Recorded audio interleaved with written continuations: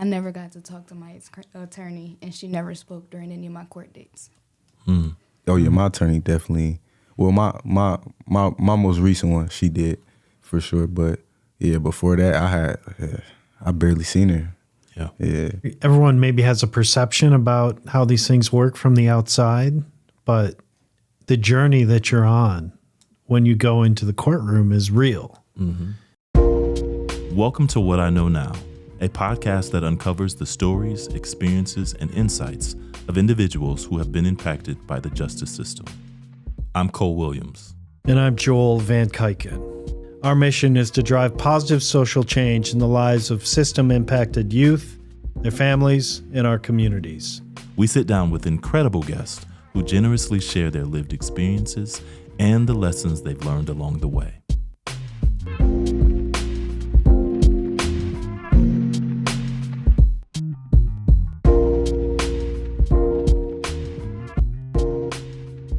Welcome to another episode of the What I Know Now podcast. We're super excited today. Yeah. We've got Iyanna here, a high school student at Next Tech High School, and Bilal, who's now an intern with the Delta Project. Yes. And is joining us again on our podcast to participate in this discussion. So Yeah. So I'd like to, start us off with a question. And so, Iyanna, since you are our guest, could you tell us a little bit about yourself? I just turned 18. I'm trying to currently get into college. Took 2 child development classes. Okay. So I feel like if I want to do advocacy in my future, then I should probably do some psych classes, and having like at least a little bit of knowledge on that to help me go through with that. I've also been working on my writing. I've been trying to write some more and trying to write. I do a lot of free written poems. Yep.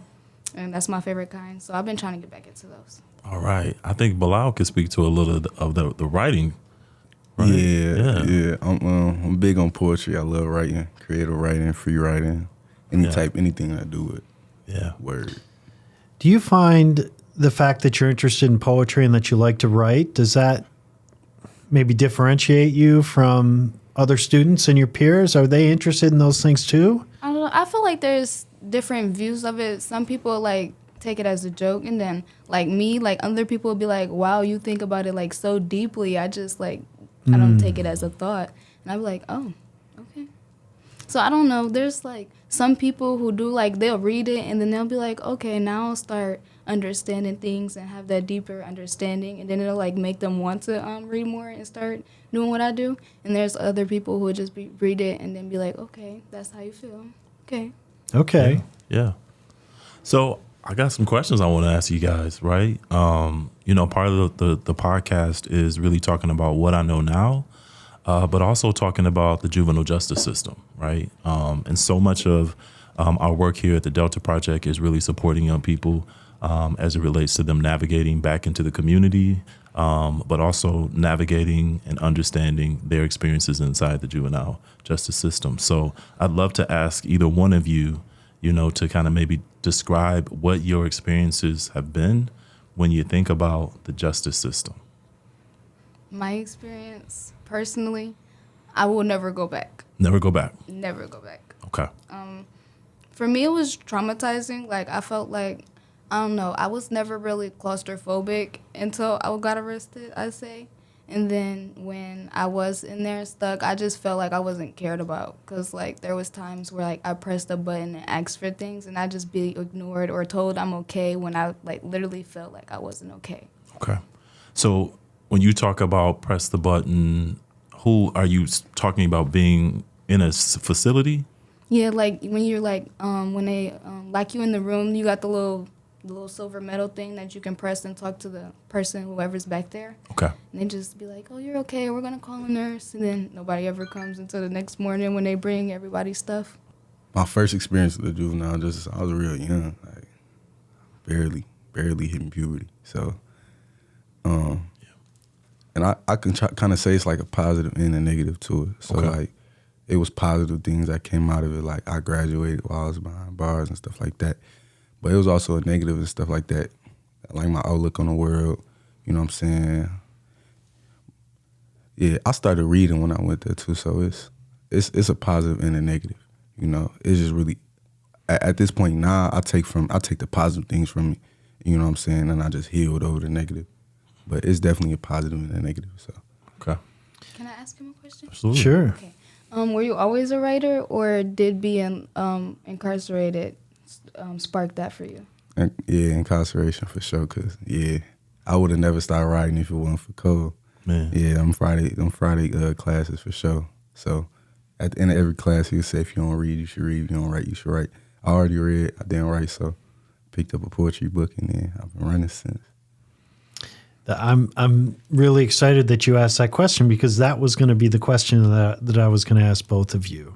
You know, how did your experience incarcerated and getting there, how does that impact how you think, and does it make you think more deeply about your poetry? It obviously does. But maybe from your perspective, Iyanna, I mean, how has your experience in the carceral system impacted your poetry? Well, I say it would like open me up a little bit more because before I got arrested, like I wouldn't say I was gullible to things, but like I just like believed like things would like be good right off the bat. Like I wouldn't believe like people like just do you bad off the bat. I would think he's a nice person, he gonna be right, he gonna be nice, and that'll be that. But then when I got locked up and the way they happened, and I got out, and when I started writing, I just started realizing like reality is like, I don't know how to explain it. It's just like, it's like surprising, like when you think about it. That's part of becoming, right? Mm-hmm. And growing up and seeing things a little differently. The more information we process, the more experiences we go through, the more we start to figure things out and think about the world in a certain way. Yes. You start to realize there's more unsaid than said. So, True. yeah. That is right on. Yeah. And that's something, if you can realize that early on or at any point in your life, yeah, Yeah. that's a big lesson. Well, that makes me think, Iyanna, the experience of first meeting you. So I think we should talk a little bit about how we first met you and coming into Next Tech with Renee Cummings and having the opportunity to have Renee speak to the school at Next Tech. And then we somehow just kind of collided and bumped into you and a group of young women. And you asked a really important question. Do you remember that question you asked us? Yes, I asked you if having a juvenile record would affect my chances of getting accepted into colleges. Yeah. What did we say? Do you remember that? No. You laughed at me and said no. Like, absolutely not, right? Mm-hmm. But can you talk a little bit about like why you think you thought that? Like were there? That's what was told to me. That's what I got told. And when we answered the question no, what did you think about that? I was like, I was embarrassed to ask it because like y'all like kind of giggled, and I was like, oh, like. Yeah. And then because like it was a family member who told me, so like you wouldn't really expect them to like lie to you like that. Yeah. And it's just like it was like mind changing, like I said earlier, like when you go in and you come out and it's different, like it's like oh. Yeah. I also had like the same thing, like family would tell me like that's gonna prohibit you from doing this, it's gonna prohibit you from doing that. But I had both sides of it. So my family would tell me, you know, you do this, you're gonna be a felon in your college. You know what I'm saying? Stuff like that. And at the time, I didn't think I would go to college. But, like, around my peers and stuff like that, oh, you ain't going to, you going to do this, you going to do that. So you're really untouchable. You can do whatever you want. So that enabled me to, you know. Yeah. Yeah. Yeah. So that makes me want to ask another question in terms of, like, what have you been told in terms of, like, who you are and what will you become when it comes to, have there been labels that have been thrown out to you as it relates to being involved in the juvenile justice system? Have you heard people say things about you that you're like, I don't know if I can believe that? Well, not in society, but I would say during the court dates when I would be referred to as like a delinquent of the court, I would just be like, I don't know if I would use that term. Like, that's not what I'd call it. But in society, no, I don't really get much. People don't even really know about it. Like, and then when I do tell them, they be like, how did you get locked up for that? Like, you know what I did and I didn't even get locked up? And I'd be like, oh. And then I'd be like, okay, well, the system's faulty or something. It gotta be, because how did that happen? Yeah. So can you talk a little bit about what you were locked up for, if you're comfortable with it? I had, I believe, 13 charges against me for running away. Okay. And for folks that don't know what that is considered a status offense, right? And so I think it's really important to point out that kids are being locked up for Not being at home. yeah. And so I wonder what your thoughts are about that. I feel like there should be more why questions, getting the kids' side of the story first rather than the parents, because no child's going to leave no safe environment in their family for no reason, like at all. It's been times where I know people that did way more severe stuff and they got drove home, you know, when they came in contact with the police. And then, you know, like I was telling you, my brother, he had a curfew violation. He was on probation for 2 years for that. And I had a stolen car charge, and I went home, no probation, nothing. So it was like, you know, something wrong, something up. You know what I'm saying? He looking at me like, yo, how? Like, what? I'm like, I don't know.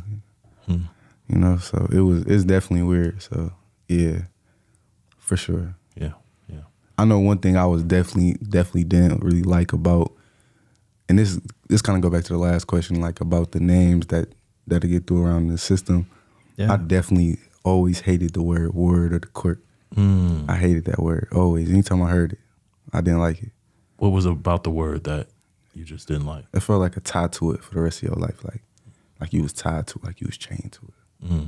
Yeah, you know, I think just the way that we categorize things and things that we kind of take for granted and the words that we use can be traumatic and really damaging. And it's hard for people to kind of reset how they think about these things. But to hear from people that are impacted by it, that's really important to understand how it's impacted you and how it's changed your thinking. And I'm glad that you guys have reached the point that you've reached, but there's so much more too. And that's what's really exciting. Let's talk a bit about, you know, your experience with Renee Cummings a bit when she was here. And let's go back to that day, because I remember how impactful that interaction was. And I felt as an observer and watching you understand, hey, I can go to college. I do have an opportunity when you were sure that you didn't. That impacted me too. I'll never forget that. And I thought it was really beautiful how Cole and I were able to begin working with Renee to kind of foster some of your dreams and help you see that there are other ways to move forward. And I'm very grateful for that, because, like, when I came to y'all during that time, I was, like, I genuinely felt stuck in my life. Like, I know, like, I would voice, like, my problems with, like, my mom and my mentors and my teachers at school. And then it's like they would tell me what to do, but, like, they wouldn't help me with the process of doing it. And then I just felt stuck. And I was, like, on the verge of, like, really giving up. And then when I came, I tried. Y'all were there. Yeah. And then it's just, like, it was, like, a relief after that. Like, I don't know. It was a relief. I remember girls group.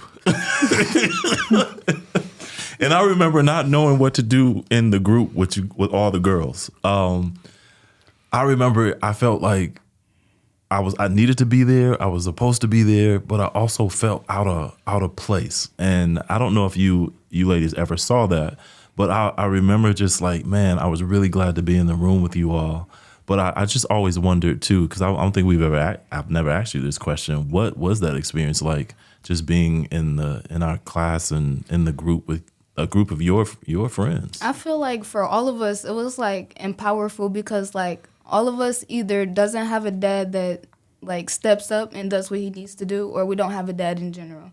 And so for all of us to like see like a father figure come in and like be like, hey, this is what you need to do, stay on track. And it's like, okay, we can do it this way. Yeah. And it was just like, we were supporting each other, even like we were able to support each other better with our emotions, and even able to like connect more and be able to like talk things out like easilier with each other because of y'all. Yeah. It was just like everything to us.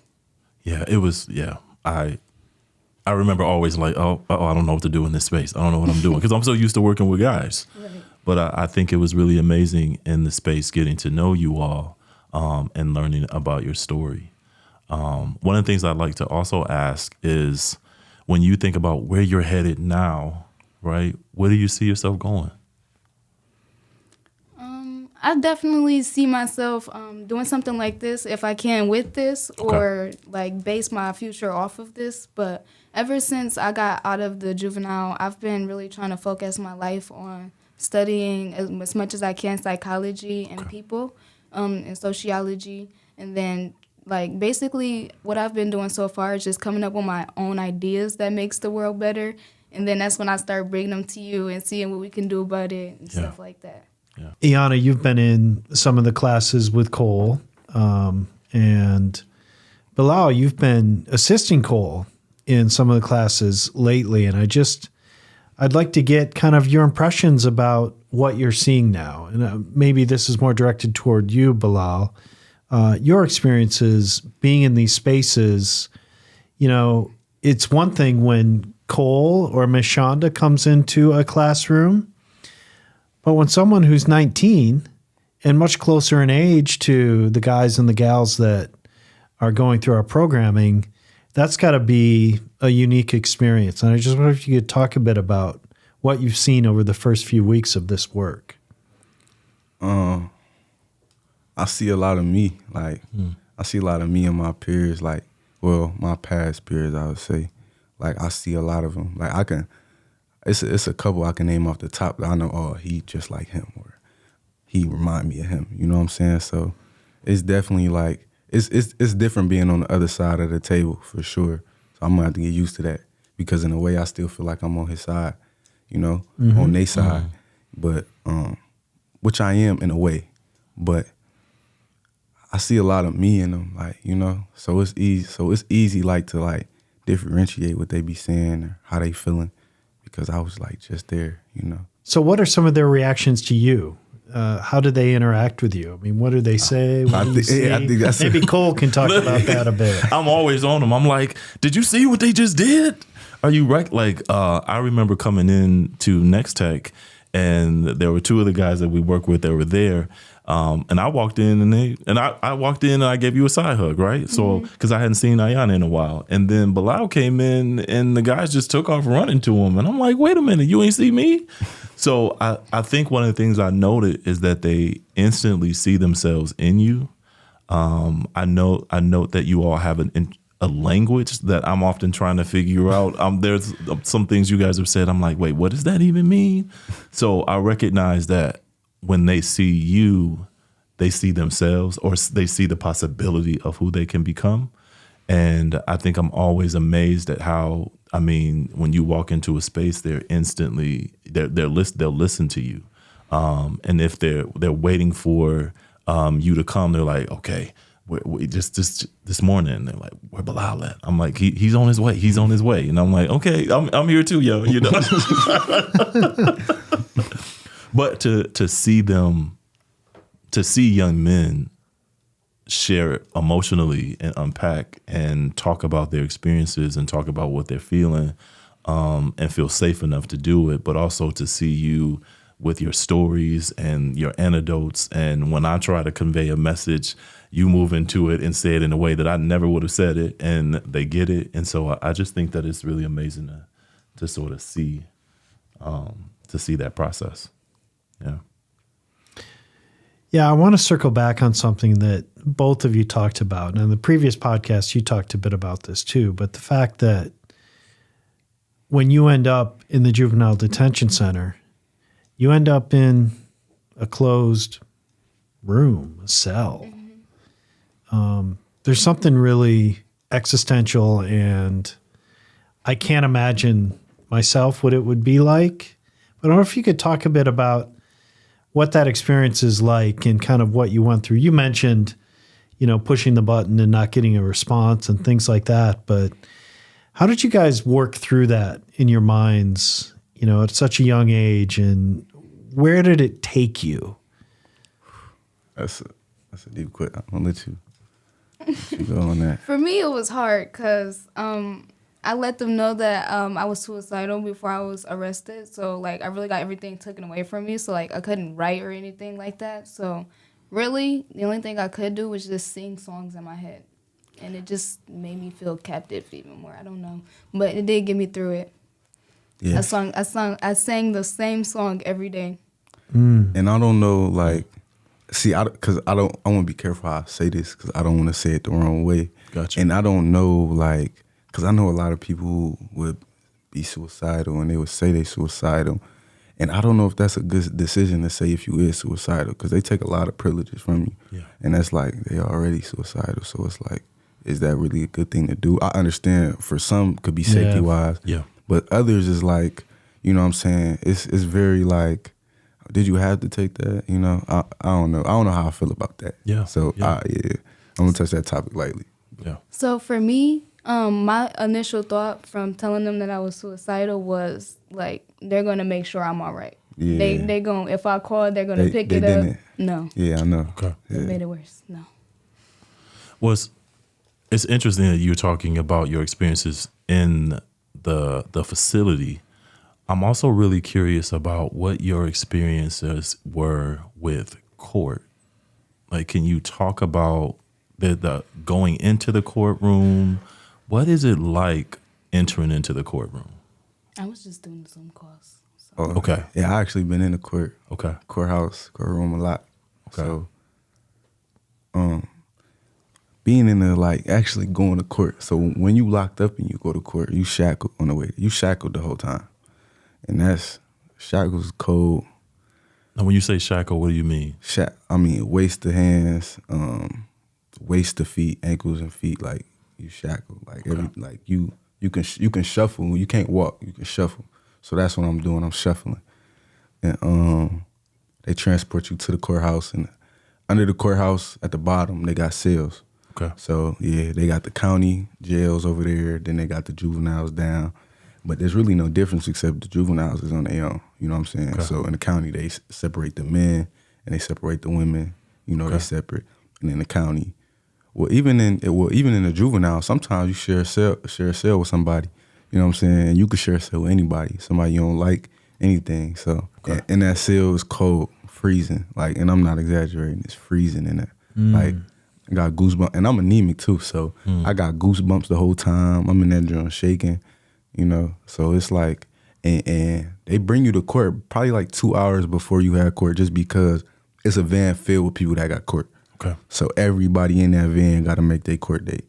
And other people going to court, you just sitting in there. You could be the last court one, but you're going to be there for the first one too.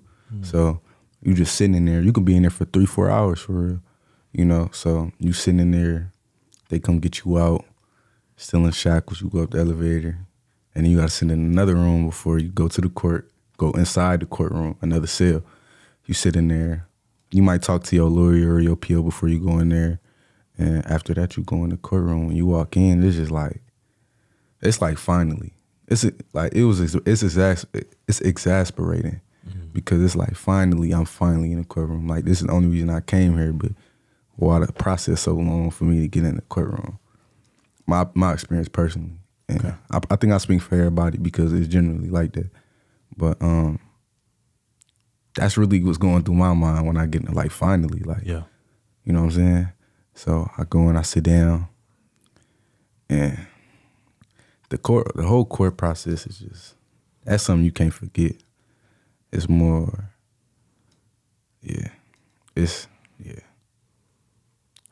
After the court hearing, you still go down and sit in the cell again. So that's really like, I mean, that's the highlight of the day. Okay. Is the cell. You just, nobody excited to go to court for real. Man. Iyanna, you said your court experience was virtual.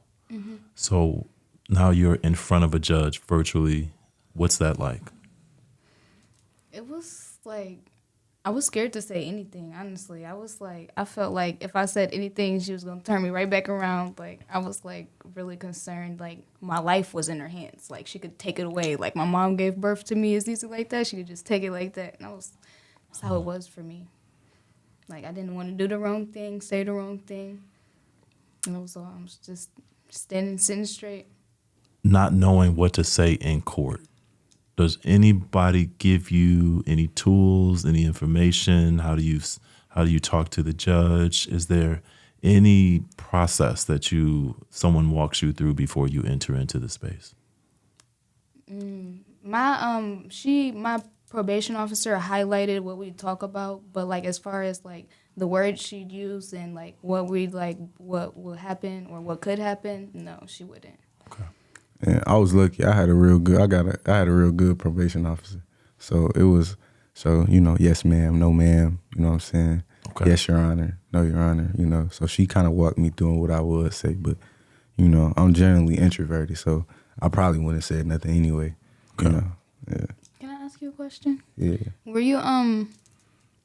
you able to talk to your attorney Before court? before court? Yeah. Sometimes it was streaky. I never got to talk to my attorney, and she never spoke during any of my court dates. Oh yeah, my attorney definitely. Well, my most recent one, she did for sure. But yeah, before that, I barely seen her. Yeah. Yeah. Everyone maybe has a perception about how these things work from the outside, but the journey that you're on when you go into the courtroom is real. Mm-hmm. And not everything should be a punitive step.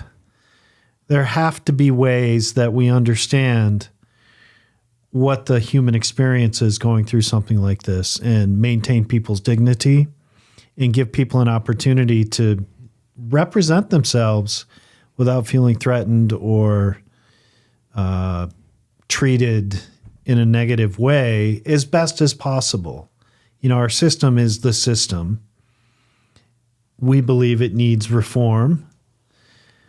But, the steps that you guys went through and that people go through, we really have to think through what are things that might occur to create better outcomes.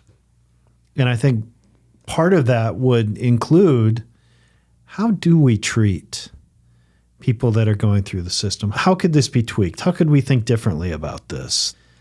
Well, I think part of that answer is the fact that, being on this task force for the juvenile justice reform for the state of Michigan has really, as a parent and being in that space, has really allowed me the ability to be able to see, that everyone across the state of Michigan who has been involved in the juvenile justice system recognize that the system needs to be changed and recognize that the system is not equitable across the state and regions, and recognize that we have to do a better job in terms of how we not only treat parents, but also how we treat the children that find themselves in that space.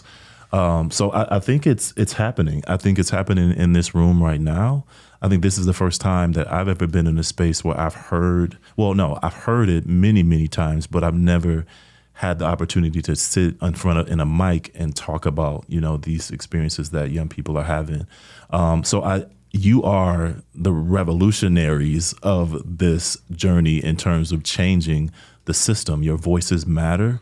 What you are saying matters. And I think part of what I also hear you saying is this idea of my voice got lost in the process, and I don't want that to ever happen again, but to anybody. But, I think what I'm hearing across the state in terms of, as we talk about change, is that people's voices have to be added to the process, and it has to start from top to bottom, middle, south, east, west, north. It's everywhere. And so, you two are a part of this new pathway in terms of reform, and really beginning to understand what these bills that have been rolled out and will show up in our state. And so one of the questions I have, if I can ask this question, is what do you think you needed when you think about, did you need to go get arrested and go to a detention center? Is there something else? I feel like I needed a safe space to go to that was not juvenile. I feel like I needed more knowledge of places I could have gone instead of running away and considered being a runaway. I also feel like there's other things that people could do to to the children in those situations as well. I feel like the system just goes based off the information that's on the paper, and they don't take the time to like, who is this kid? What this kid like? Feel like, I don't know how to explain it, but like basically they say like after 30 days a person can't fake they can't fake their true self. Like after 30 days you find out who that true person really is. Yeah. And it's like if you don't take that time to know a person, you can't really judge them based off a first impression or something that somebody else said. Yeah. And then it's like, are we really innocent until proven guilty? That's a really, really important question. I think I needed somebody before I even jumped into like the streets, for sure. You know, something that I could grasp, you know, because I was always told like, oh, you can't do this, you can't do that. I was always turned down when I was trying to dream, you know. So that just, the reality of what was going on around me was like inevitable for me in my head. Was it that you needed more support from people, or you needed more hobbies and things to do? When I was young, like I had a lot of free time, but it's like, in most of my free time, I wanted to either hoop, you know, box, stuff like that. So it was like, when I ain't had it, it was like, other people got their different views on it, but like, you know, you isolated from everything when you in the cell, you know. Yeah. Can't nothing really, like, you just there with your thoughts, and that's something that I need. I need to be still. Yeah. That's the thing that really strikes me just in our society today. We always have screens, access, things in front of us. I mean, when I was growing up, you know, we didn't have those things. And I think being alone with your thoughts and not having distraction all the time becomes a little more difficult for people.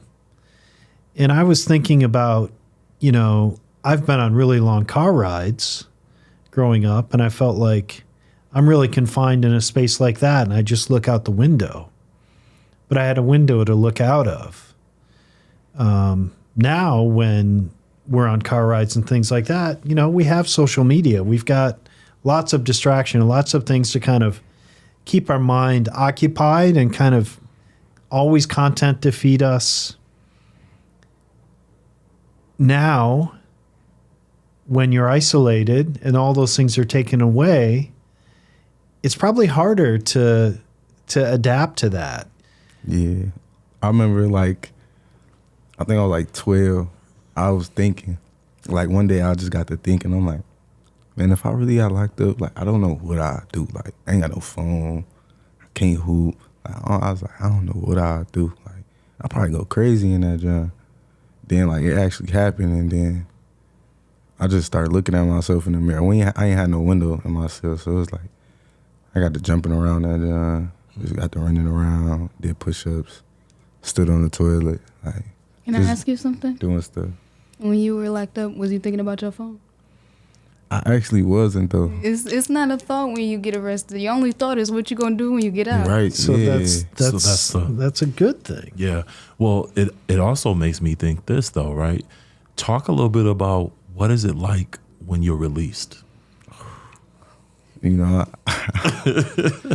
like, what is if you could remember, like, I don't want to be like too, like, I don't know, like, it's like if you could remember, like, being birthed, like, it's like the best feeling ever. Like, I don't know how to explain it. Like, it's like the best feeling ever. Wow. What I just tell you the other day. Wow. Like, that's something like, and I don't wish being locked up on nobody, like, ever. Even, I don't wish being locked up on nobody, because that's not something I wish on nobody, but, like, that's a feeling that you just, like, I feel like the feeling of, like, that, when I got off that, when you, take your time. When you step out, like, and you smell that fresh air for the first time, and you ain't smelled it for a minute, like, it's different being, when you locked up, you go to the courtyard, you know what I'm saying, you outside, that's not the air that we want, like, when you get out, you smell that, like, you smell that fresh air, it's so, like, fulfilling, it's different, like, ain't no feeling in the world like that. It's one of the best feelings in the world, for sure. Like, when you smell, that's the first thing I did. I breathed in, and it was like, man, like, you free. Like, it's like you could smell freedom. Yeah, for sure. It's something that I wish somebody could experience without having to go through that. But I don't know. It ain't nothing like that. What I think is really beautiful about that is the fact that you experienced that, as challenging as it was. Mm-hmm. That is something that it makes you who you are. And that's something you're going to be able to embrace throughout your life. You'll be able to think back to that time and that moment in time when you had that feeling.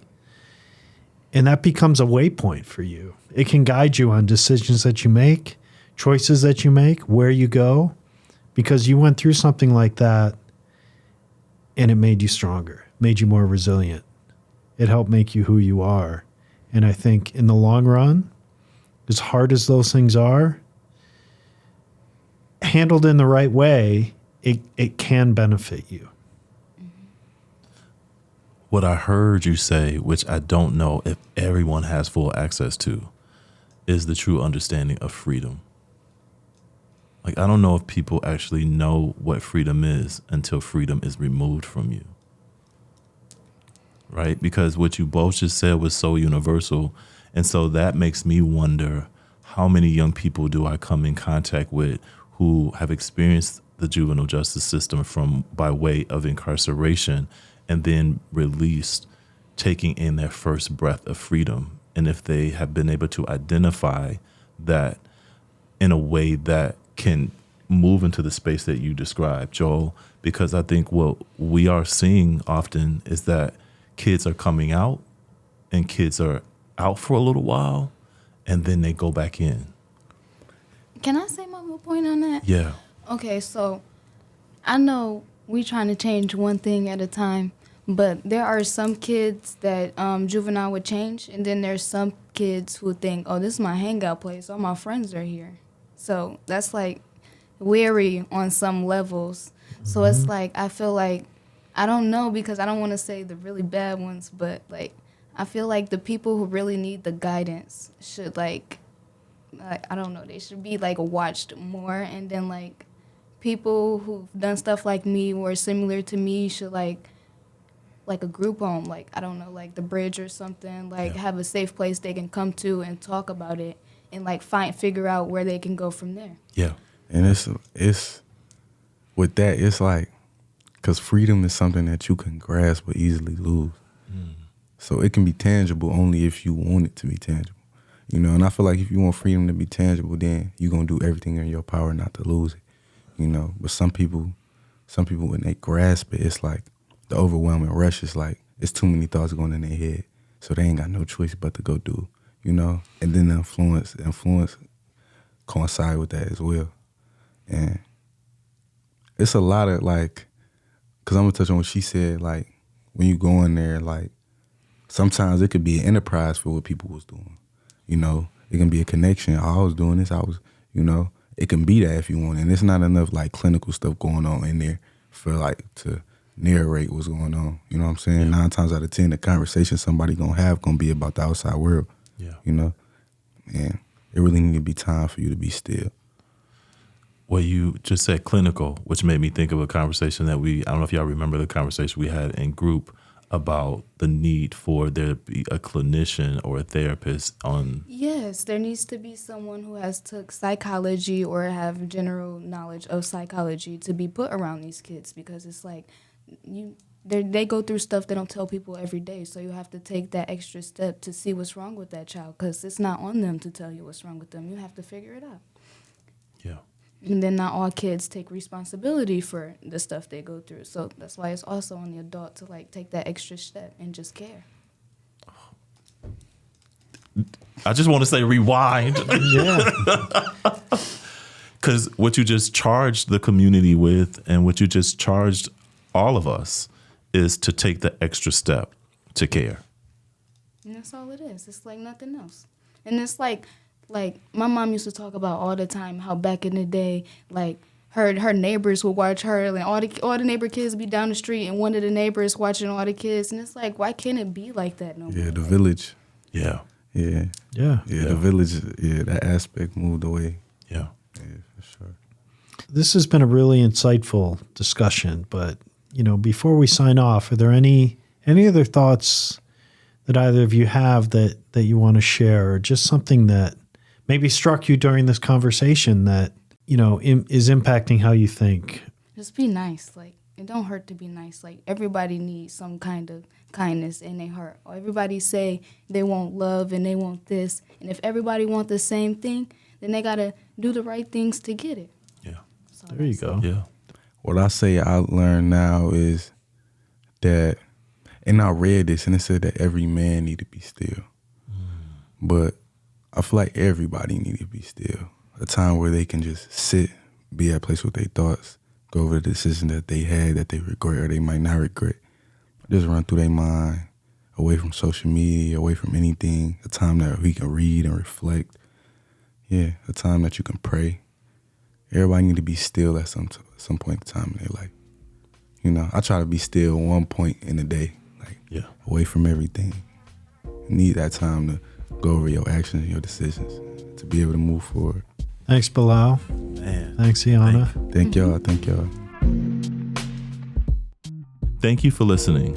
Check out our programs on the Delta Project's website, thedeltaproject.co, and be sure to follow us on Spotify, YouTube, or wherever you get your podcasts.